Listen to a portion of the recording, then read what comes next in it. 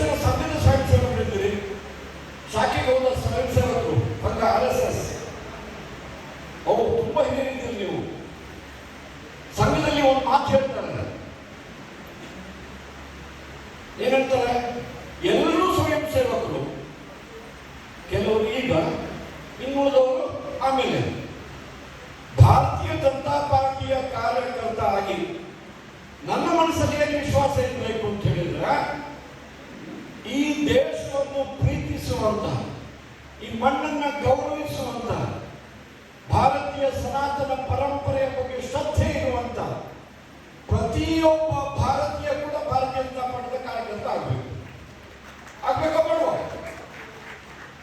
ಕನಿಷ್ಠ ಭಾರತೀಯ ಜನತಾ ಪಾರ್ಟಿಯ ಕಾರ್ಯಕರ್ತ ಆಗದಿದ್ರೆ ಚುನಾವಣೆಯಲ್ಲಿ ನಮ್ಮ ಬಿಜೆಪಿಗೆ ವೋಟ್ ಹಾಕಿಸ್ಬೇಕು, ನಾವು ಹಾಕಬೇಕು.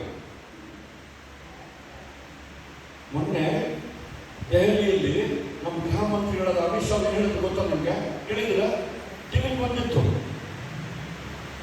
ಯಾರೆಲ್ಲ ಕೇಳಿದ್ರೆ ಈ ಮಾತು ಆಗ ಕೇಳಿದ್ದೆ. ನಾವು 5 ವರ್ಷ 10 ವರ್ಷ 15 ವರ್ಷಕ್ಕೆ ಆಡಳಿತ ಮಾಡಲಿಕ್ಕೆ ಬಂದದ್ದಲ್ಲ, ನಾವು ಮುಂದಿನ 50 ವರ್ಷ ಭಾಜಪದ ಆಡಳಿತ ಮಾಡಲಿಕ್ಕೆ ಬಂದಿರೋದು ಅಂತ ಹೇಳಿ ನಮ್ಮ ನೆಚ್ಚಿನ ಹಿಂದಿನ ರಾಷ್ಟ್ರಾಧ್ಯಕ್ಷರು ಗೃಹ ಮಂತ್ರಿಗಳಾದ ಸನ್ಮಾನ್ಯ ಅಮಿತ್ ಶಾ ಅವರು ಸಾರ್ವಜನಿಕವಾಗಿ ಹೇಳಿದ್ದಾರೆ.